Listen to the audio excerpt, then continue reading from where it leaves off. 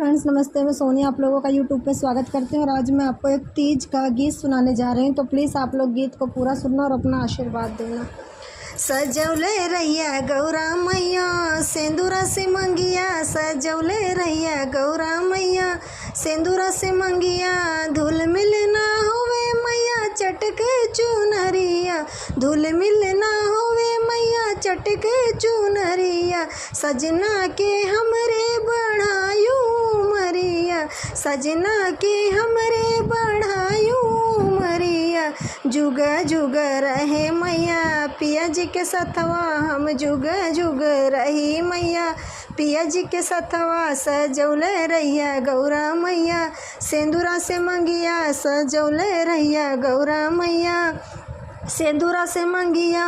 तोहरे सहारे मैया सब परिवार बा, तोहरे सहारे मैया सब परिवार बा, सास ससुर से मोरे अंगना गुलजार बा, सास ससुर से मोरे अंगना गुलजार बा, कबहू ना टूटे मैया सहन एक तार हो, कबहू ना टूटे मैया परिवार के प्यार हो, सजौले रैया गौरा मैया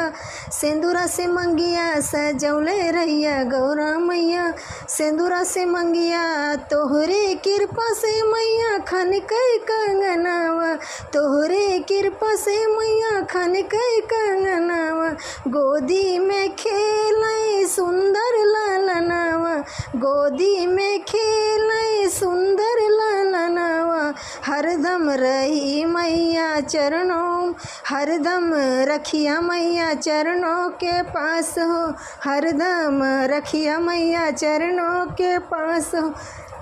सजौले रैया गौरा मैया मंगिया से सिंदूरा, सजौले रैया गौरा मैया मंगिया से सिंदूरा।